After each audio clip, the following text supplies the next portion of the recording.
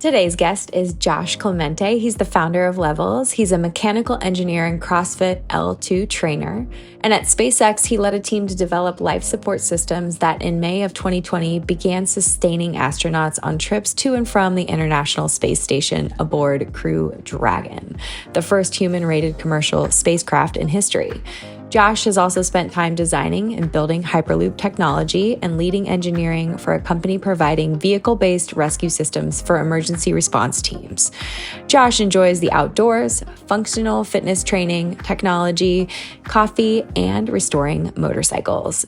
Welcome back, everyone. I'm so excited today. I have Josh Clemente. He is the founder of Levels. And as you guys know, I've had Casey Means and other Levels members on the podcast to talk all about CGMs because I just love blood sugar balance. And the minute people put a Levels CGM on, they get it. So more opportunity to bring people back. And today we have the founder and the brain behind it all. Josh, welcome to the show. Thanks very much, Kelly. Super excited to have a conversation. Oh, I feel like, a brainiac coming from SpaceX and starting a health biometrics company. I mean, I'm probably the most curious about how you made that leap and transition. So for people who don't know who you are, aren't as obsessed with Levels and CGMs as I am, can you give me a little background about yourself and what got you into tech and why make the jump over to biometrics? Totally. So it's kind of a crazy story. I was never really into the sort of holistic, healthy lifestyle that obviously I am today. And so it's been a complete life transformation for me to go from a mechanical engineer working on aerospace systems. I'm kind of a gearhead. I love building things and always did. When I was growing up, I was the person, welding together insane machines and riding them way too fast through the woods and that sort of thing. And so I was always into vehicles. I wanted to work on either cars or fighter jets, or I never really thought I'd be able to work on spacecraft. I just didn't think I had the grades for it. But there was a little company called SpaceX in 2010 that at the time was not getting the top candidates from all the aerospace schools. So they were hiring sort of the second tier engineers, which I'll put myself in that category. They, of course, had amazing people. But really a bigger vision, an amazing vision. And so over time, people like myself were able to get in early on because we could build. And then, I started off just working on structural systems, really the backbone, the structure of the spacecraft, the Dragon spacecraft, the SpaceX builds, and a lot of the thermal protection systems that keep it warm in the vacuum of space and keep it cool on the way back into the atmosphere, which was really cool. But the crazy thing really was the transition from when SpaceX was just flying, very early on. We were flying just cargo up to the International Space Station, which, for those who don't know, there's a space station orbiting over our heads every 90 minutes, and it has astronauts living on it full time. And so they need supplies, and our little cargo capsule would bring boxes of cargo, food, scientific experiments, and that sort of thing up there. But then we won a contract to actually take the astronauts to the space station, and I just, by luck of timing, I think, was one of the first engineers picked for that human life support systems program. And this is really where it all starts to change for me, because obviously now I'm moving from designing things that are just, static structures and little disconnects and things, to now having to design the systems that are going to keep the atmosphere inside the spacecraft livable. So the oxygen concentration, pulling CO2 out, maintaining the pressure. So in space, there's no atmosphere, of course. So if you open the door, the atmosphere from the capsule escapes, and unfortunately, it's a vacuum, and people don't survive there. So we have to maintain a very consistent atmospheric pressure inside the capsule and scrub it of toxins and that sort of thing. So that's when I started to get exposed to the scenarios of keeping somebody alive. It was the first time I'd ever had to think of this. And long story short, I was working on this system that injects oxygen into the capsule, and it needs to maintain a very tight balance of oxygen. If it goes too high, then the atmosphere becomes flammable. If it goes too low, of course, then people can potentially lose consciousness. And there's a scenario where if the oxygen system fails that I was designing off, you always have to think ahead, like what happens if the system breaks. And if it fails, the pressure in the capsule of oxygen starts to go up. And before it gets to the flammable threshold, it starts to get to a threshold where it's high enough that actually the oxygen concentration in your brain gets high, gets elevated. And that sounds healthy actually, but in reality, oxygen is a very reactive molecule. Yeah. And I just think oxidative stress for like, or, oxidation of exactly. oils and fats, and we're like made of fats. Yikes. Exactly. So that's exactly right. So when the oxygen concentrations in the brain tissues get too high, you really start to generate a lot of reactive oxygen byproducts. And this can lead to seizures and potentially even death. So divers actually experience this. If you're in a high pressure diving situation, breathing pure oxygen, there's a central nervous system toxicity, they call it, and this can cause seizures and potentially death for divers. So anyway, this scenario could potentially happen on a spacecraft. And to sort of get to the point, the crazy thing was I was researching, just trying to read about what happens in this situation, like what are the side effects, what are the symptoms, how is this measured? And I came across a study from Dom D'Agostino, which I'm sure you've probably heard of Get Dom. on the podcast. Exactly. Huge So fan. amazing. So he's a neuroscientist and metabolic health researcher. Very very well known for his work on ketogenic science. I had never heard of him before, and so I'm reading the study. And in the study, these mice are exposed to a high pressure, high oxygen environment, and they experience seizures after a certain duration of time. Dom then gave them exogenous ketones. So he gave them a ketone supplement, put them into ketosis that way, and then exposed them to the same exact atmospheric conditions. And those mice that were in ketosis survived 5 to 12 times at the extreme end, 5 to 12 times longer before experiencing a seizure than before the ketones. And this, people have heard by this point a lot about the neurological benefits of ketosis for epilepsy and for all these other use cases. For me, this is the first time I'd ever heard of it, and it sounded legitimately unbelievable. It was like, this is a superpower that these mice suddenly developed by just eating something different, that it's a macronutrient. I mean, it was just totally mind-blowing for me. To give a little more context, like I played sports growing up and I was a fitness fanatic. I mean, I was a CrossFit trainer and really cared about fitness, but I had never thought twice about the food I was eating. I mean, I would eat Skittles for dinner in college. No kidding. And so this all sort of like kind of blew my mind. And so I just got sucked into this rabbit hole while I was on this life support program and, very stressed out, working really hard, not feeling super healthy myself, and suddenly coming across this information that a macronutrient, simply what we eat, can have literally life or death consequences for an organism was something I'd never heard before. And that just led to, really the Pandora's box of metabolism. And I'll give you just one more example of how this all started for me. While developing this life support system, there's a moment in time when we're looking at kind of screens and screens of data. And the data is coming from hundreds of sensors on the spacecraft. And a lot of the sensors, are on systems that I had designed, my team had designed. And so I'm just sitting in front of reams of data. And I just have this weird moment of realization that, like, I can tell you the health status of a small mechanism in a corner of a valve in the spacecraft, but I cannot tell you whether that crew member is about to have a stroke or is about to experience a diabetic ketoacidosis event. I have no feedback or no way of knowing whether the astronauts are healthy. And it's caused me to start asking questions. What would we measure about a human if we needed to have the same degree of insight into their health that we have in the spacecraft? And I just got blank stares. And Levels is in some way the answer to that question. It's how do we develop the capability of understanding our health in real time with the same degree of confidence that we have in the jet engines on the airliners we're flying, in the engine in my 2002 Toyota Tundra, which I can pull 50 data channels from. How do we get there? And Levels is one step in that direction.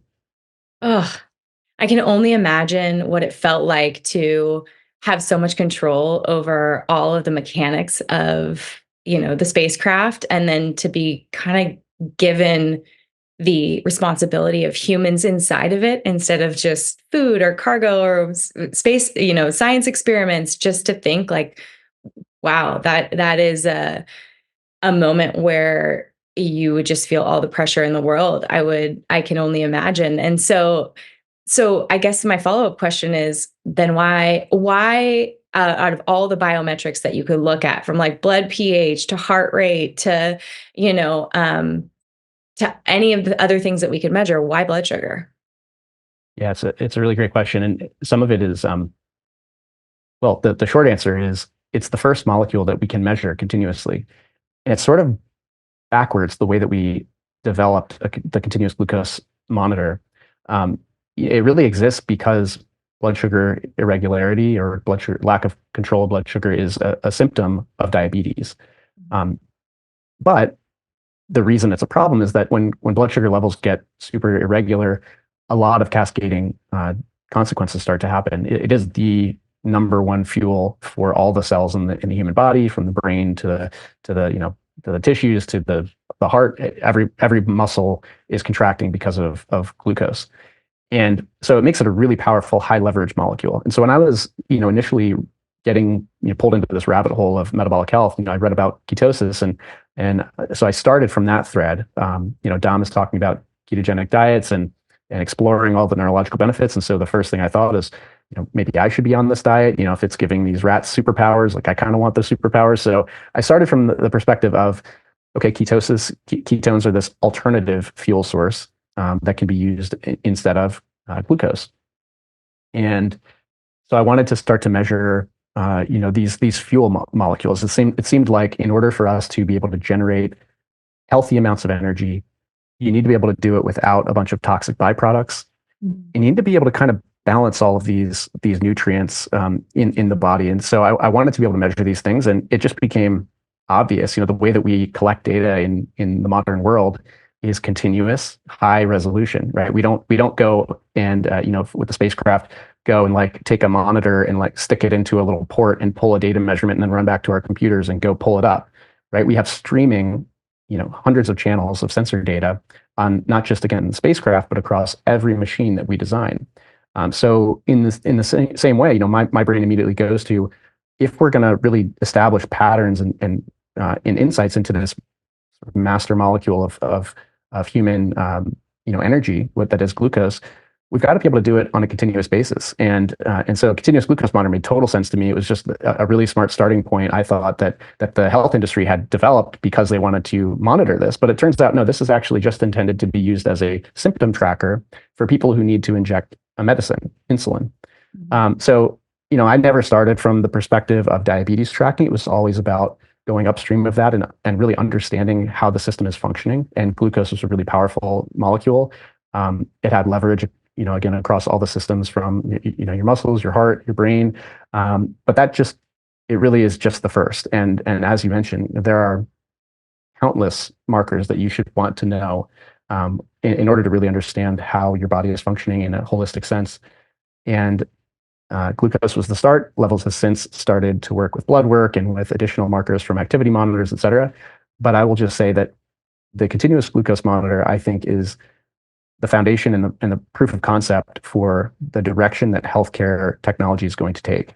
And we will not just be measuring one molecule in the long term. We'll be measuring dozens, and they'll be nicely abstracted. We won't have to be looking at sort of a spider web of different curves, but they will be influencing through subtle insights the decisions that we make on a continuous basis. And again, we'll move past glucose. We'll be measuring ketones, we'll be measuring lactate, uric acid, I think, fructose, all of these markers that have huge leverage on the sort of actions and reactions that we have, the reactions our bodies experience, the actions we take every day, we'll be able to track on a more continuous basis. It's just one step in that direction. And we had to start there because that's what the system, the healthcare system had developed. Oh, I mean, I personally love a continuous glucose monitor for its ability to give me continuous data. And you making that analogy of like, it kind of reminds me of like going up to a car and checking for oil. I think about in high school, my dad taught me how to check my oil. It's like, put the dipstick in, you're checking how much, you check that like once, and then the light goes on and you're like, shoot, I guess I should check it again.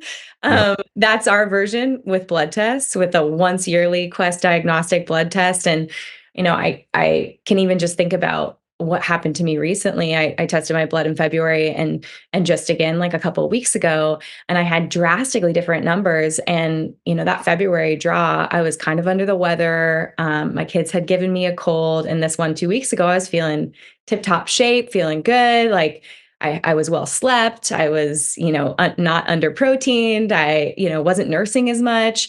And just the difference in like interleukin-6, all of my high sensitivity C-reactive protein, like my inflammatory markers, all of my metabolic health markers. I mean, all of those things, were, whereas if I just were to take the February data and been with a doctor, they might say like, oh, these numbers are leaning pre-diabetic. These inflammatory numbers are not great. Your cholesterol is not looking great.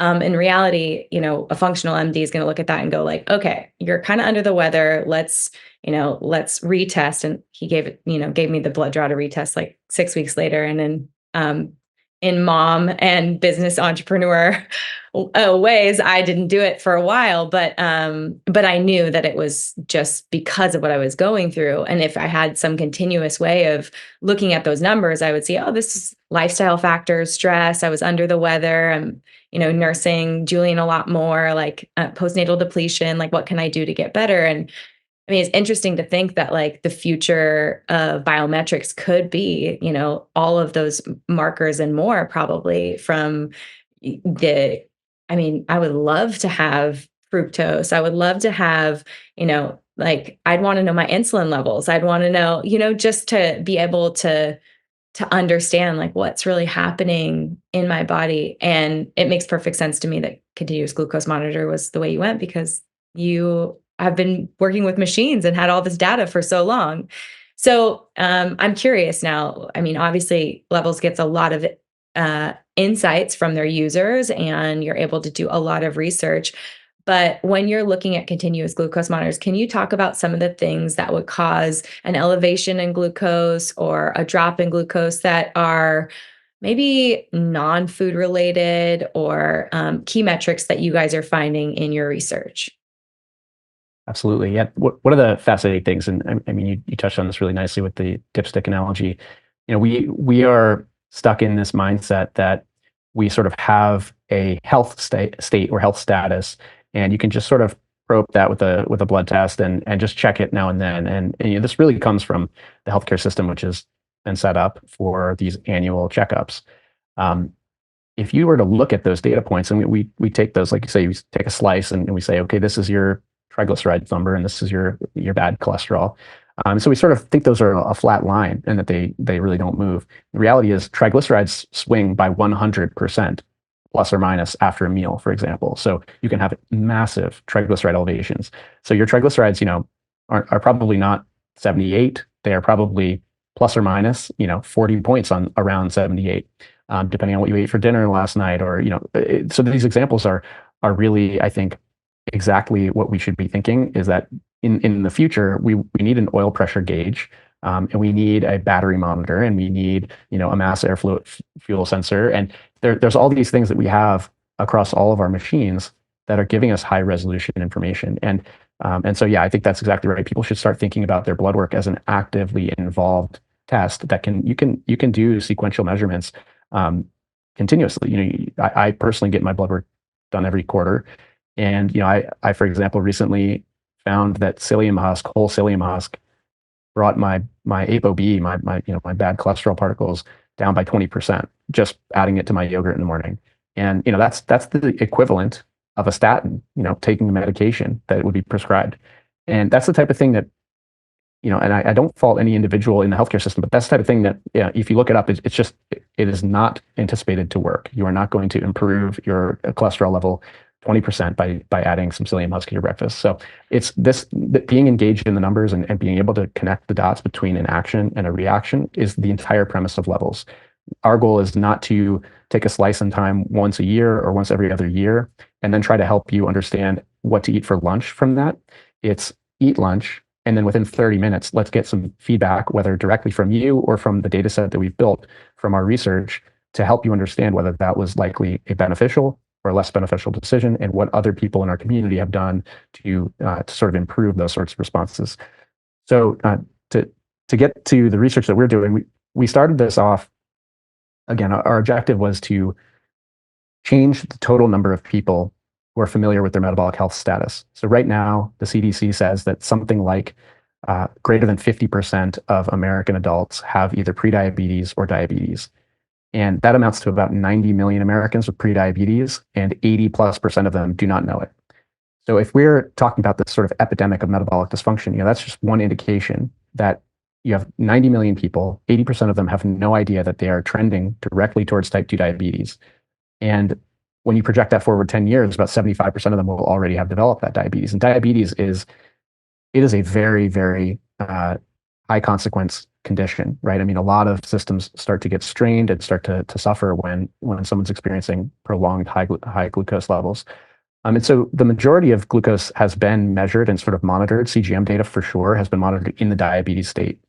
With levels, our objective is to get way upstream of that, to help people understand well before you have diabetes, again, the cause and effect. What is leading you closer to a healthier blood sugar control state? What is leading you to a less healthy control state? And so we want people of all sort of walks and metabolic statuses to be using this data. But the fascinating thing is, what should people without diabetes blood sugar look like? And that question is unanswered. So we decided to launch our own study. So we have a 50,000 person IRB approved study, so an institutional review board approved study. And we're at about 98% enrolled in that. So we're almost full. So people are opting in to participate in this research. And it's a landmark study. It's the largest of its kind. And it's run, some people have been continuously participating, actually hundreds of people for now 2.5 years. And we have people who have sort of come in and out and are opting in for a month at a time. But we're allowing people to just sort of in a free living state use a CGM and collect additional data, including from activity monitors, sleep, stress, exercise behaviors, and of course nutrition logs. And it's been an absolutely fascinating system for discovery. So just for those who have never worn a CGM, some of the really, I think, most impressive phenomena to me are not just nutrition. It's not hard to predict that if you eat a handful of candy, your blood sugar is going to go sky high. But for me, the stress, the sleep quality, and the movement behaviors, how those influence glucose, are almost even more interesting now. And our data set just shows this robustly. So people who, for example, with stress, people who log stress in the sort of free-form note-taking inside of the Levels app, it can be as sharp as eating a piece of pizza or drinking a sweetened beverage. Blood sugar can just spike straight up just from having either a tough conversation at work, or in my case, I do my weekly all hands meetings. I lead that, and I've been doing this now for 5 years. But every Friday, my blood sugar at 11 a.m. spikes 30 points, and it's just my cortisol is firing me up to do this meeting, and I want to do it well, and I don't want to screw it up. And so that additional stress load causes my blood sugar to spike. And for those people who are familiar with that and they know that this is a behavior that they're going to be doing for a long time period, you can sort of do some breathing exercises and try and control that. But if this is something that's happening day after day that you are unaware of, for example, you're sitting down and maybe watching the news after dinner and having a cortisol-related blood sugar elevation right before bed, that's something we don't want. And so there's a really fascinating connection there between stress, sort of breathing exercises, meditation, and the blood sugar axis that people are finding robustly in the data. Another interesting one, I think, is just sleep. The correlations between sleep. There's a lot of deviation. Really, this is not as direct a pattern, but when you get to really short nights of sleep, so 3 to 4 hours, it's just very clear. When someone has an extremely short night of sleep, they are in an insulin resistant state the next day, and it sets you up for higher blood sugar overall. So the baseline is elevated, and responses to foods that would typically not cause a blood sugar spike really do in this case. And I think what's maybe to double down there, like in a lot of cases, people have a short night of sleep because maybe they went out on a weekend, for example, and or maybe you had a red-eye flight or something was disruptive in your schedule. And we're typically, when we're waking up poorly slept, we tend to try to comfort ourselves with food. We compensate almost in this direction where it's been a tough night or a tough travel day or whatever. I'm gonna indulge a little bit and make myself feel better. I think the tricky part there is when you aren't aware that you're at a disadvantage because of that sleep.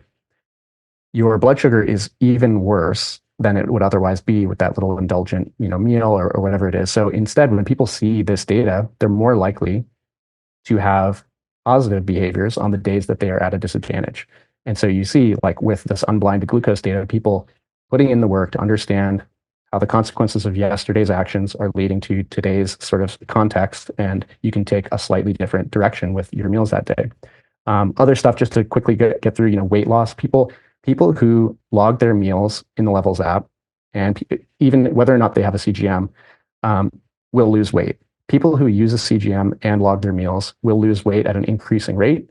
And the longer they use that system, the more weight they lose. The more weight they had to lose in the beginning. In other words, the higher the BMI at the beginning, the body mass index, the more weight those people tend to lose. So there's a really fascinating direct correlation between starting weight, intention to lose weight, and being sort of in the loop, continuously seeing the feedback on the behaviors that we're taking and the reactions that we're having to this better and better eating pattern is leading to weight loss.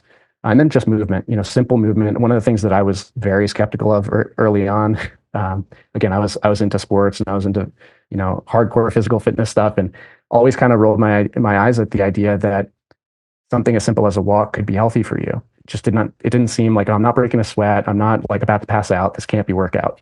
Yeah. And it turns out you don't have to have an intense workout to really do your body a favor. And so I think one of the things that I continually am amazed by is just a simple walk can completely change the blood sugar response to a meal that you've already eaten. And it can also help on those days, again, when we're poorly slept, getting a little bit of extra movement, not at a high intensity, so you're not spiking your cortisol, is probably the healthiest thing we can do, besides probably getting a better night's sleep that night. So I'll pause there. Those are some of the biggest things which we've learned through our research so far. We haven't published yet, but we're looking forward to doing so very soon. Yeah, I mean, well, I can firsthand speak to client success when they're using a CGM in their dedication to understanding how their food is impacting their blood sugar. And then also just that sort of self accountability of, all right, I see that this Fab4 meal that's supporting my blood sugar is causing an elongated curve. I'm not having a major spike and crash. But what's interesting and what I love so much about what you're doing is getting ahead of the curve, like getting people on a CGM prior to diabetes. Because what I see, and when I have clients, whether they have anxiety or like stress from a job, a lot of times we can look at their food logs and show, oh, they might have gotten a blood test that says their fasting glucose was 83 and their doctor says, you're in great health. That looks great. Your fasting blood sugar is in 83. And then when I get them on a CGM and I see this major dysregulation, super high spikes from the food choices that they're making. We know their carbohydrate tolerance isn't where it should be. Maybe they don't have the muscle mass. Maybe they're under proteined. Maybe they're, overstressed, underslept. And then all of a sudden a meal that for one client is a 20 points up on their glucose monitor is 40 or 60 for that client. And their doctor is telling them that they're absolutely metabolically healthy when I see 3 to 6 or 7 major like journeys to the top of the glucose curve and down. That's energetically depleting for them. That's hormonally dysregulating for them. That is increasing their cravings, increasing their anxiety. And for me, I can go, we have an answer. Like we have to work here to see how we can elongate this curve, keeping you fueled between meals, satisfied, and we can definitely bring these symptoms down. But you're never going to see that with like that one dipstick into your oil, that one blood draw once a year. And it really starts to come to light for a lot of women, I think, around pregnancy, because we're naturally insulin resistant when we get pregnant. And we always have to go in for the glucose test. And sometimes you can start to see that. And a lot of times it's, those just that gestational diabetes has been, maybe not clinically diagnosed, but pre-diabetes or PCOS or something metabolically off for a number of years prior to it being a problem in pregnancy. And all that is just another red flag that you are more predisposed to pre-diabetes and diabetes after this pregnancy when you're done having children. So, I mean, I love this data because I can talk all day long about let's get protein on the plate. Let's get, healthy fats. Let's get fiber. I mean, you mentioned psyllium husk. It has been my all-time favorite fiber add to a Fab4 smoothie. Once I saw that, that research come out and just really see it clinically improve people's cholesterol ratios and just, just see that improvement firsthand. And I love chia and flax too, but there's just something about getting an improvement on a blood draw that is really satisfying. So like I said, I mean, you can get blue in the face about telling them what to eat, but when they start to see and feel those differences personally, it just, you get that commitment and the follow through from clients, and then they feel good about being able to meet their goals. I'm curious, when you are looking at this data, What do you think? What do you think is some surprising outcomes that you've seen from the users? And follow up question to that. I mean, for the longest time, they said 80 milligrams per deciliter to 120 milligrams per deciliter, and then I know in certain situations it's down 70 milligrams per deciliter to 110 milligrams per deciliter. As we get healthier and healthier people on the app, through levels and on CGMs, and with exogenous ketones and people being metabolically flexible and dipping into ketosis, where do you think that real healthy range is? Yeah, it's a great question, and the amount of variance I think is the most surprising. Mhm. The sort of rhetoric on the internet, certainly when we started Levels, was that if you're not diabetic, your blood sugar is rock solid in the 70s all day, and then you eat something, you have a little blip, and you're back to normal. And being somebody who has never been told that I have to concern myself with blood sugar, when I first put a CGM on, my blood sugar did not ever dip below 100, not once, for 2 weeks. And after every meal I was eating, my blood sugar exceeded 140 and was very often above 180 for, in some cases, a long time. So I was clearly experiencing some impaired glucose tolerance. And again, my A1C hadn't reached some threshold where a physician would say, "Hey, this is getting a little high." But A1C is just a poor approximation of continuous glucose data. So it's trying to tell you, A1C is intended to say the average glucose level over about 90 days. And what you can actually do is take 90 days of CGM data and calculate the average. And that is the real, what I believe to be the true approximation of your A1C, or the intended approximation. So for myself, when I first put the CGM on, it was a life-changing experience because my blood sugar was so out of family with what I expected. I expected to have zero issues. I was expecting to be able to pound all the food that I was eating. Even my sort of pre-workout, I called it a milkshake, but it was really just like bran flakes, a banana, some protein powder, creatine. I thought it was going to be the healthiest thing out there. Mhm. And my blood sugar was, it would basically hit 180. I would drive to the gym. I would go to do my first set, and as I'm walking up to the bar, my blood sugar is crashing through the floor, and that's why I'm yawning in the gym, at 11 a.m. or whatever time I'm getting there.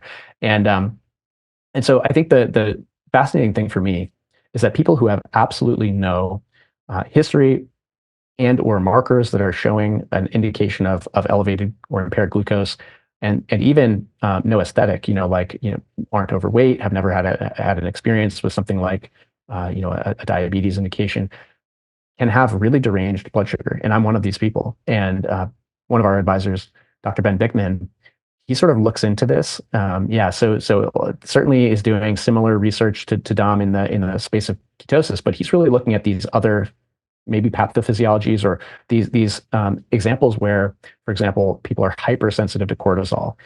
So I'm someone where if I drink black coffee, no milk, nothing, my blood sugar spikes 20 to 30 points. And again, I think this is based on Ben's work, likely a cortisol response. So Mhm. cortisol is a hormone called it's in this family called glucocorticoids, and so the gluco in there it works on the glucose axis. It wants to fire you up and get the fuel to your cells. So it's triggering a lot of blood sugar release. Well, caffeine can drive cortisol substantially more for some people than others. And so I think the diversity of blood sugar responses is the most important thing from all of the research that we're developing. It's just the error bars or sort of the variance on any one measurement is really huge. And even in sleep, some people do much better with sleep, whether their blood sugar is out of control or not. They can sleep really nicely, and other people are just totally, they're restless. They get a terrible sleep score. Their body temperature is elevated. And really, what I think is most important is that realization. This is just more and more evidence that there is not a one size fits all book of procedures that we can all follow to be optimally healthy. Unfortunately, some of us, I think, have to try to maintain that sort of 70 to 110 range and can achieve that. And others of us are going to have to focus more on, although my baseline is going to be over 100, this is me, I'm speaking for myself. My blood sugar when I wake up in the morning, it's going to be above 100 and it's going to stay above 100. But I'm going to compensate by not eating meals that are going to drive me way up into the 140s, into the 180s. I'm going to try to maintain the nice flat curve. people who are down in the 70s, I think they could probably afford to have a little bit more variance in their blood sugar. We don't want to be oscillating all day. You're going to feel that energetically. You're going to feel that hormonally. But as long as you have a nice sort of sharp spike and it returns to baseline very quickly, it's, I think, indicative of insulin sensitivity. And for those people who have that lower baseline, I think the overall exposure or area under the curve of blood sugar is still, favorable, and they can be a little bit more relaxed about those elevations, if that makes sense. So I think there's really what it comes down to is, and there was a good paper by Kevin Hall a few years ago, where he introduced this concept of glucotypes. And I really think that's what we're talking about here is just different physiology, different genetics, different body composition, different stress responses, hormonal environments that lead us all to respond totally differently. And this is actually, it's not something that we should take as like, well, you can't make heads or tails of it, because I think we aren't going to necessarily be able to make heads or tails of it at a population level, but at an individual level, we know which direction is favorable. And so we can point that person, just like a GPS, in the better direction constantly. And so every day we can be focusing on those micro decisions that are going to lead to just 1% better in your inflammation response to elevated blood sugar today, which might lead to better sleep tonight, which might lead to better sensitivity tomorrow to insulin. And that compounds over decades into a completely different health outcome. Oh, 100% agree. I can talk, and like I said, until I'm blue in the face about what the inputs look like. But when someone puts on a CGM and they start to see where their baseline is, mine generally does stay around like 78 to like 85 at the most on a fasting. But let's say I feed my kids breakfast and I pound a handful of blackberries and raspberries, and you're like, oh, low glycemic fruits, that's great. If I've just had black coffee and that's all I've had, I'll see a 30 to 40 point spike easily. And I'll start to come down. My problem is that my cravings are so driven by crashes. And so that handful of berries on its own is like, of course, beautiful, amazing polyphenols, fiber, like totally a normal spike and crash. But for me, the feeling of that crash, that is it really is indicative of a craving that's coming next. And my cravings aren't like, oh, I'm going to have some eggs and some grass-fed beef, or I'm going to, have a yogurt, or I'm like, ooh, like, what crackers did I pack my kids for their lunch today? And so I think for a lot of clients that I work with, or people that have followed along, just having that understanding of what comes from a crash could then be a craving. It for me, like that low, the high 70s, low 80s, the curve makes its way up all day long until, it really is like what you want your profit curve to look like, right? The whole through the day. And then I'm up at the tippy top at night. And then it becomes a really stressful and hard to deny that I want chocolate or dessert, or what sweet thing can I have, or did we buy that triple fermented sourdough from the farmer's market because I really could use a little jam on that? Like there, and being honest is just, that is because of the way I started my day, that it wasn't balanced. But the minute I have, let's say, a protein-based breakfast, whether it's a Fab4 smoothie that's using a lot of psyllium husk, or eggs or Teton sausages, or whatever it is, I see it in the data. I'm not hungry until 12:30 or 1.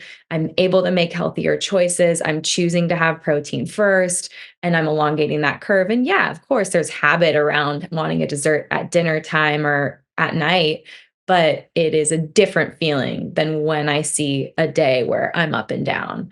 But to your point on the movement, that like a walk after a meal, or even just having that data. So let's say I have that data and I'm wearing the CGM and I see the blood sugar go up, and then I feel like I'm having the craving, just even getting that alert on my phone from levels that, like, you're having a crash, you're having, or you're having a spike and now you're having a crash. You're like, okay, I know how to eat my way through it. And that's what I coach my clients too. If you can't move your body, or, take a quick walk or do some squats or whatever it is, it's like, how do you eat your way through it? Because that's a lot easier for most people than to have to go do a workout or to move, or if they're in meetings or whatever the case may be. I just say, like, let's plate something up that's protein and fat and fiber based, and let's see where your body goes from there. And a lot of times it self corrects versus kind of riding that roller coaster all the way up towards the end of the day.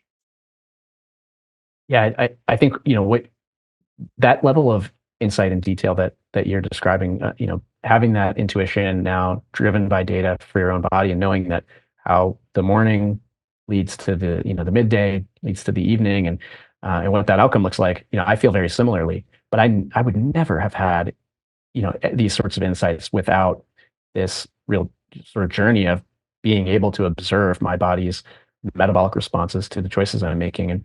And so I just think, the data is irreplaceable in my lifestyle and in so many people's examples and testimonials that we've heard from. Again, we have this massive research data set, but then we also just have individuals who will reach out and say, this was magical to be able to sit down, eat lunch, and just observe the exact same behavior, but being able to see under the hood and then know that 2 hours later when my blood sugar is cratering and I'm going to reach for a snack, I can actually connect those dots. I now understand because of the little subtle insights why I was reaching for that snack.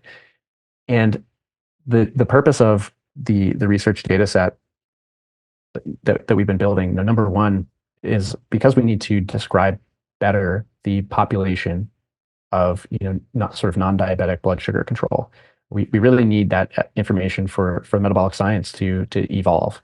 And so we'll be publishing that, and we're going to make that available, of course, in an anonymized and aggregated fashion for science to really notch our understanding forward a bit. And for realizations like the dawn effect, which was previously thought to only be a phenomenon that people with diabetes had when poorly managing with insulin. Well, it turns out like everybody has a dawn effect. It's it's a cortisol release that when you're waking up in the morning, your body's trying to get you ready for the day. And so there's a cortisol release, which drives a blood sugar spike in the morning. For some people, this is just like, 5 or 10 milligrams per deciliter. For others, like me, it's 20 or 30 points. It looks like I ate something before I even woke up.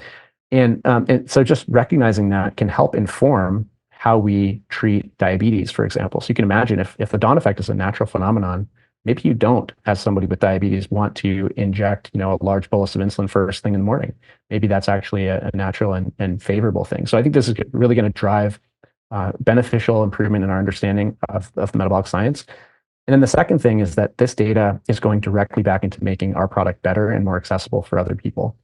So, historically, CGMs have been really expensive, and the next generation for levels is to really democratize the insights that these devices can provide, even before they're necessarily affordable. So one thing I'm just really excited about is these concepts, to connect the dots between different behaviors throughout the day, like you just described, whether or not you have a CGM on, can be done if we use some of the insights that we've developed from this large research data set. And so this is, we're just getting to the beginning of this. I'm really excited because the ability to model, an individual's blood sugar response, even though we may not be able to get it exactly correct, using some demographic data, using, for example, your sleep and exercise and sort of, lean body mass and these other markers, we can help to identify other people in the data set that are something, close to you in terms of health state, and make a prediction and say, this is how people like you responded to that meal. And here's how we might recommend picking, the next meal or picking a walk time or something because your blood sugar may be responding like this. And of course, it won't ever be as directly accurate as putting a CGM on. But the beautiful thing is I think we are going to be able to directionally help people, whether or not they have a CGM on, to improve behaviors based on this large data set. And, the level system is getting smarter all the time. We now have AI, like intelligent macros, so you can log food just by taking a picture or by dictating a quick message about what you ate.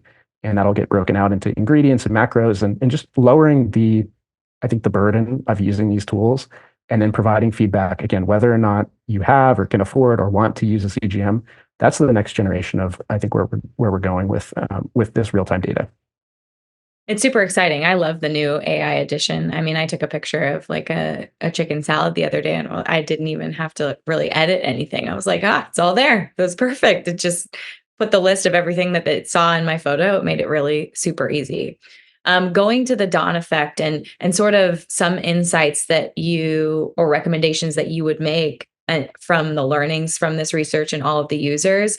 Like, what recommendation would you have for someone who is healthy, who has the dawn effect and like yourself has this cortisol spike that then has the release of glucose into their bloodstream and a spike with no food, and that crash? Are they eating their way through it? Are they walking their way through it? Like, do you eat breakfast right away? What recommendations do you have for that person? Yeah, this has been one I've been personally experimenting a lot with because I've really been frustrated by it. To me, depending on a person's psychology, it can either be demotivating or motivating. And for me, it's sort of a motivational, like I'm going to beat the dawn effect. I'm going to figure this out.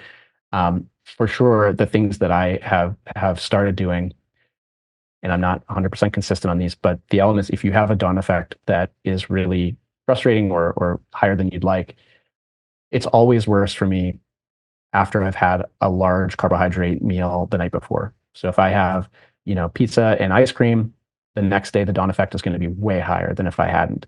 And I think that has to do with just glycogen stores. And so through that 8 hours of sleep or whatever, if I'm lucky, there's just a lot of glycogen left over for my body to just release first thing in the morning.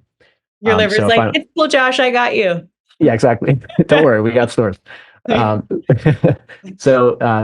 and on the flip side of that, interestingly, if I have, now this doesn't work with high intensity exercise because I think it's just too stressful, but if I have an evening workout the night before and I deplete that glycogen, I tend to have, and again, I don't have numbers to wrap around this. This is somewhat subjective, and I'd love to, at some point we will publish data on this sort of thing. But I personally see a slightly lower dawn effect the next morning. So I think that's again from depleting the amount of stored glucose that I have. But in terms of behaviors that I will stick to regardless, I try to delay caffeine in the morning, and I try to get a walk in first thing. I try to get out, get some sunlight, and walk off that blood sugar that's accruing before I eat anything. When I get back, blood sugars come back down from the spike, and that's when I have coffee. That's when I'll have my, a high fiber, high protein meal. And I'll throw blueberries in there if I do my workout in the morning, right after that walk. Then I'll have a bunch of blueberries and high fiber carbs. But overall, it's really about just trying to let that cortisol, sort of pulsatile cortisol response, deplete and let the blood sugar come back before I start adding additional inputs. If I eat right in the midst of that and I drink black coffee, at that spike, my baseline is elevated all day. It does not come back down, and that's really where I think it can start to feel defeating. When you had to rush out the door and had to grab some food and had to grab some coffee, and you're feeling like you didn't have an option, and then that dawn effect turns into an all-day elevation. It sort of feels like, oh, might as well just throw the day out the window. And again, this is where I think the insights and the subtle reminders that you can always, we can always make this the more optimal of a decision, of the two options, and just sort of subtly shift the context of today so that tomorrow is a little bit better. And I think that's maybe the mindset shift that I try to think about when things are hard to manage, is just what I do today is going to impact tomorrow as well. So let's not make this, the L today turn into an L tomorrow. You know what I mean? Right. Well, it's fascinating too, because I'm, following the story on light and infrared light and light's effect on blood sugar. And so you popping outside in the morning and getting a walk in the light, like, what do you think's coming down the pipe when it comes to blood sugar response and circadian rhythm and light exposure? This is one that, again, I would have a few years ago, I would have just totally dismissed as like, you're like, what are you talking about, Kelly? Yeah. I mean, I have to say, I'm one of those people that it takes me a while to come around on certain things. And, I think the IR, there was a study that I was reading maybe 2 weeks ago about the acute reduction in blood sugars, circulating blood sugars after exposure to infrared light. And it's just such a strong effect size. It's almost hard to believe. But there was a sufficient sample size, and it was powered for this result. It's just amazing. So I think this is, it's hard actually to imagine when you really think about it. It's hard to imagine that the impact of the sun, the source of like all life-giving energy on Earth, is not going to have sort of like favorable metabolic benefits. So I think it's maybe somewhat actually obvious. It's just somebody like me has to be a skeptic at all times, and so I think that's really going to be something that everyone's going to be kind of recommended or prescribed to do, is spend some time in the sun. The sun is delivering broadband light, all wavelengths. We can't see that red glow from the sun, but it's there. Yeah. And so I think that exposure, light exposure, and then during the darker months, having some source of infrared light in the house, I think is actually going to be very common in the near term. Oh, I completely agree with you. I feel like for people just kind of becoming aware of this, maybe on this podcast, what we're talking about is infrared light's ability to lower glucose. And you can think about the sun as like sensitizing us. It's like if we're insulin resistant, like how does the sun or this like energy powerhouse, light powerhouse, like sensitize us to being able to manage our glucose levels and bring them down? And you taking that walk first thing in the morning when red light is at its highest for us and sensitizing us the most, it's really interesting. And I think now more than ever, with all of the devices and all of the blue light and the exposure to that artificial light for most of us all day long, and we are the idea of most everyone having some type of infrared light in their house does really make sense. I mean, I'm like, how can we stack these? It's like I need infrared light panels in my shower, Right. so that I can get my infrared light first thing in the morning. Because for me, I don't have a dawn effect unless it's a day where I know I have to be doing media or being prepared and ready for like being on camera, because Mm. most of the time I'm like ready to do breakfast with the kids, take them to school, get a workout in, do some work. But on media days, it's like I have to be like fully ready at the time of also getting all my other humans ready. And so that cortisol does start to kick in for me. And the dawn effect is more than just sort of a minor effect that I normally experience. So like, how can I get a red light panel in the glass of my shower on those days? I think that's honestly the direction this sort of technology is going to go. And the really nice thing is that now that we've realized, or as we start to realize with this sort of like broad population data, having N of one data over long time periods where people can start to correlate the use of infrared light, sunlight exposure, being outside, all this sort of data can come together into very robust findings in a way that previously a researcher would have to spend millions of dollars somehow to recruit enough people and pay them to participate in a study, and they'd have to control the variables. I think we're going to move to um, slightly less rigorous in the sense that we won't be able to control where someone is at any given time, what they're eating specifically, but instead we'll have a lot more data and we'll be able to parse through it, especially with better logging techniques, and be able to correlate behaviors and outcomes in a really amazing fashion with massive numbers of people. Again, Levels running a 50,000 person remote study. That's the sort of thing that would be bankruptingly expensive for someone to do just not too long ago. And we're able to take advantage of this amazing new technology to do this at very low cost. So this is the type of thing that I think is going to push science in an entirely new direction. And once these findings come out and they're made known, lighting companies are of course going to offer options that are going to enable you to switch between visible and infrared on a spectrum, and you'll be able to potentially even run infrared lights like in the background, even non-visible IR wavelengths, without it being disruptive. So it could be totally dark in the room, but it could be emitting IR light if that's beneficial. I just look forward to these sorts of findings, and we are at the tip of the spear. And it's the exciting thing is that with AI now, we can actually take this gigantic data and parse through it and make it approachable to the individual. And that's maybe I think the most elegant thing on top of all of this is like, it's fun to have sensors and it's really cool. And a lot of data geeks, I think, really love that sort of thing. But if you're not that type of person, it's just like, I'm not going to stare at a chart and try to figure out what it means for me. And so I think the real beauty is this opportunity where these two technologies are developing sort of simultaneously. And we have not only the sensors and the ability to make them affordable and increasingly affordable and available, but we can also make the data super approachable. And so, we can just turn all that background, those numbers in a spreadsheet into a subtle insight. Eat this, not that, take a walk now, or if you can, or, right now with, for women in particular, being able to sort of contextualize decisions based on time of the month and in the cycle. My sisters, I have 6 sisters, and all of them are just like, they're all using these new apps that are helping them to contextualize how they should be sort of adjusting lifestyle based on the point in their cycle that they are. And it's just, it's staggering to me that we're only now getting to this point, but I feel like it's going to be so commonplace in a year or two. Like, this is happening so quickly, the development of technology and the ability to collect lots of data. And so, yeah, it's a fascinating point in time, I think.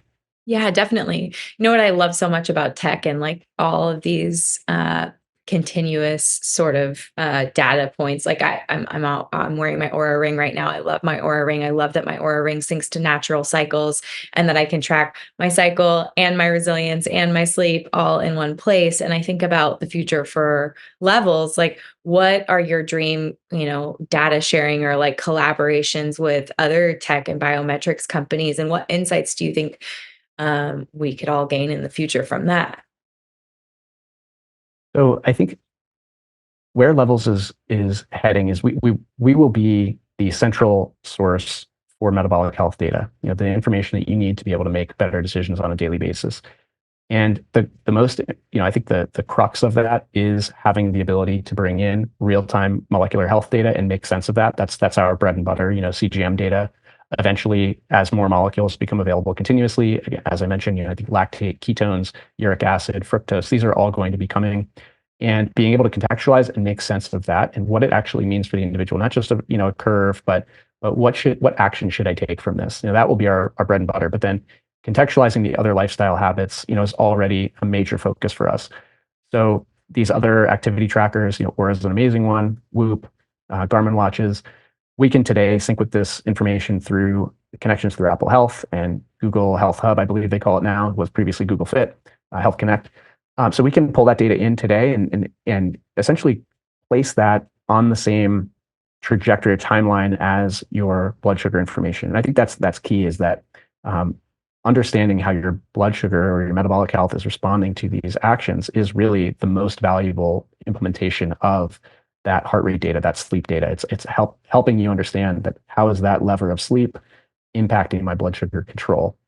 So that's where Levels will step in, and we may not be the most rigorous workout tracker, and that's what Garmin's functions will be, but we will take the output of that workout, how it affected your blood sugar control, and put that in context with what meals you should eat next, and put that in context, those meals that you eat, in context with your blood work, and help you understand how selecting between different fat sources is driving over long time periods that ApoB, the triglycerides, and then how those sort of triglycerides are also being impacted by your CGMs, and setting targets and helping you to get there through our habit loops, our insights, really just weaving all of this, the real time and the discrete, combined with the other, sleep, exercise, and stress markers in a single hub, with intelligent sort of artificial intelligence on the back end to help model and generate those insights. That's where Levels is going. And we're making good progress, but it's one of those things that it's like you overpredict what you can do in the short term and underpredict what you can do in the long term, I think. Yeah, no, I mean, I can only imagine, like, you're just so excited about the data and you're like, okay, we're getting all these insights, and then new technology comes out and you're like, wait, we're at the tippy top of the iceberg. There's so much more we can gather here. It's really exciting. It's been just priceless for so many of the clients that I've worked with. And I think what people think that they'll experience using a CGM is, especially women who've tracked their food in the past or kept food journals. And I'm not, I know, the data speaks for itself when someone starts to journal or when they start to really keep track of what they're eating, they change their behaviors and then they get better outcomes. But for some, growing up in diet culture or in a restrictive type of, or maybe not having the best relationship with food, whether it was modeled to them or it's something that they picked up on their own growing up in junior high or high school, having that type of data or a CGM they expect it to feel stressful or more restrictive or more controlled. And in reality, I think what it gives you is more freedom, because for me, I'll tell you, like, things that I've added into my diet that I was very against because of my understanding of blood sugar was, I was never someone who would put maple syrup or honey in my vinaigrettes. I'm like, why would you do that? Why would you just randomly add 13 grams of sugar to your vinaigrette? But in reality, like, what I found by using a CGM was that I could do that. Like, I could add a tablespoon of maple syrup or honey to a vinaigrette on a salad, make it really delicious, and plate up the Fab Four, whether it's like roasted chicken, veggies, and like a salad. If that's making it exponentially better, I didn't see a drastic increase in my blood sugar when I had that. And it's given me the freedom to enjoy that with my family, or to know, like, oh yeah, we love this little ice cream shop in San Clemente, actually, just down the street. they have this awesome, like, it's Vetters for anyone who goes there. They do a coconut. The woman's husband has had health issues, and she makes a coconut milk date ice cream from scratch. And like to be able to take my kids there and get them a cone and have one with them and model like we're having dessert together. I'm not like taking them and you're gonna have it up, but I'm not like making the choice to all have it and know like, okay, we're going up at like 3 or 4 o'clock in the afternoon or like after football or soccer practice. We're coming back down. I know we're gonna roll into a protein-based dinner. I'm not gonna stress out about it. I'm not gonna worry. I'm gonna enjoy it. Like I've actually found more freedom in it. And where most people would come back from, have clients come back from a vacation, they've gained a few pounds or they've had the holidays and they've gone off track. And to come back and not use the scale as their measurement tool of their health and instead use a CGM is a completely different experience because maybe they do come back from the holidays and their fasting glucose is 110 or vacillating between 100 and 110. That's not looking at the scale and going, I want those pounds to come off right now and being discouraged and then saying like, I'm already a failure, I'll just eat. You can look at that CGM data and see it come down over time and continue to stay motivated to bring that down. And what I love so much about that is when we see the blood sugar come down, what follows is weight every time. And so that is just a happy consequence of what is actually more metabolically healthy and promoting of longevity and promoting of everything from like hormone health to brain health to all your happiness. It's all lined up. So I love it. And I think for people who feel like it may be stressful, I've most of my clients and myself included, I felt the exact opposite when using the tool. It's been a joy, and I'm just really excited for all you have planned. Levels is, I mean, truly giving us priceless data on ourselves, and I'm so excited for the other markers. Like, is it going to come soon? Well, there is some really exciting progress on the horizon. So companies like Abbott have talked about their Lingo sensor system, which for glucose they've just rolled it out here in the U.S. But we've heard of lactate and ketones coming soon for some time now. Other companies I'm aware of that are not quite ready to announce are also getting close on multiple markers. And so I think what we're going to see is something like in the 2 to 5 year time frame, there will be a selection of continuous monitors available, and people will really start. I mean, this is going to be exponentially valuable, I think, to be able to have not just glucose or ketones, but the combined sort of index of your glucose and your ketones simultaneously. That's going to be just real beauty to be able to see whether your body is shifting to its more fat sources, shifting to more glucose sources, depending on your stress context, your eating habits. It's going to be it's like restarting the clock on everything that we're gonna know about metabolic health. It's like the discovery of a new sort of research tool. Right. So I think that is going to be it will happen soon. There's enough momentum right now, and people demanding better access to their health data, wanting to take the driver's seat. I mean, I think this is the most important thing, is just people feeling empowered that someone else isn't responsible for holding the keys to their own health. You can get this data, you can own it, you can use it every day to make better decisions. And that's a hugely empowering thing. And it's not, I think you described it really nicely, which is this is not, in my mind, at all a mechanism of punishment or of sort of discipline. For me, it's entirely about understanding. It's knowledge, and nothing is worse to me than taking away knowledge. And if there's something happening, I want to know about it, and that's the direction we're going. And so I think when people start to pay attention to things, what gets monitored gets well. There's a great line there. It's like what gets measured gets improved, and the point is, I think that what's sort of happening under the hood is more worrisome than what's happening right in front of us. And people should, I think, kind of try it out. Whether or not you use a CGM, try to sort of just log meals, do a food journal, do something to start paying attention to patterns, because as soon as you start to connect the dots between things, kind of there's a reinforcing mechanism there where it really feels liberating. And I mentioned, like, in our data set, the sort of connection between BMI and weight loss. People are losing anywhere from 10 pounds to up to 100 pounds on on these sort of just simple actions, behaviors of just logging foods and or wearing a CGM. And this is something that like shouldn't happen. It's really just all this is I think an awareness of one's own actions and understanding that there is a subtle change in the health state after picking one decision or the other. And so this is the future of healthcare, in my opinion. It's not going to be some point in time thing where you go to a clinic and there's an intervention. It's healthcare is health maintenance. It's caring for one's own health, and that's an ongoing, lifelong thing. Yes, it is. And you're helping people do that, because without this data, we wouldn't be able to make improvements. We would get those yearly blood draws and we would see that our fasting glucose is great. And then we'd be shocked and surprised that we have prediabetes or diabetes at a later time. And then that dysfunction, that insulin resistance, that breakdown, it's happened for years, sometimes decades for people. And so getting ahead of it is really allowing us to really live our best life, and prevent those chronic lifestyle diseases that come on the heels of prediabetes and diabetes, like heart disease, stroke, all of those debilitating diagnoses like Alzheimer's and dementia. So thank you for all that you do and for making it accessible for all of us. I'm so excited that you were handed the responsibility of taking care of our astronauts and became so interested in human health and have made it available to all of us. It is not lost on me that coming up with this type of technology is not for the faint of heart.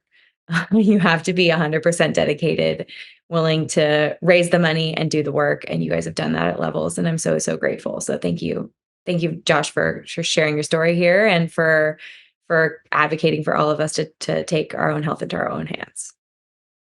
Well, thank you, Kelly. You've been an amazing partner on the whole journey, and really can't wait to continue to develop this stuff. It's something that I feel really lucky to work on. I personally love it, benefit from it. My family does, and I think that's what's most important. Is I really get an opportunity to work on something that real people can benefit from and can be luckier. So thank you, and I appreciate the conversation. Looking forward to sharing more as we kind of move ahead, publish, and learn more. Yeah, definitely. So for those people tuning in, can they have access to the app without the CGM now? What does that cost? If they wanted to get a CGM, what's the best way for them to get started? Absolutely. So just going to levels.com, I think we have a link, levels.link/Kelly for your audience. And you can pick between with or without CGM today. So we have the standalone software platform, which is a great way to get started and to learn from community glucose and these other features.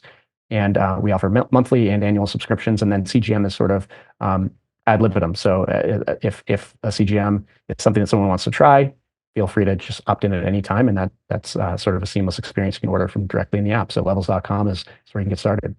Yeah, no, I would say if you're feeling overwhelmed with like committing for a long period of time, the insights that you can get from giving it a try for a few months and seeing what most of us eat a lot of the same foods all the time, and we go to the same types of restaurants and we know what we like, and just having those insights of, oh wow, that thing that I eat all the time is actually dysregulating my blood sugar and I could make some changes to it. Or giving yourself more freedom. Like I said, you with your blueberries and your yogurt and psyllium husk, me with maple syrup or honey in my vinaigrette, and not to worry about those types of things in concert with protein, fat, and fiber-based meal is the way we can have the most flavorful life experiences and enjoy the food that we're eating, but also support our metabolic health. So yeah, definitely head to levels.com/Kelly. I'm a huge advocate and investor. Loved everything you guys have done for a long time. And yeah, it makes my job a lot easier when I'm working with clients too. So I appreciate you. Amazing. Well, thank you, Kelly. And thanks to your audience and any listeners. And always feel free to reach out. I'm at josh@levels.com. I always like to hear from people on what we're doing, what you would like us to do differently and better. Cool. Thanks, Josh. I appreciate it. Thank you, Kelly.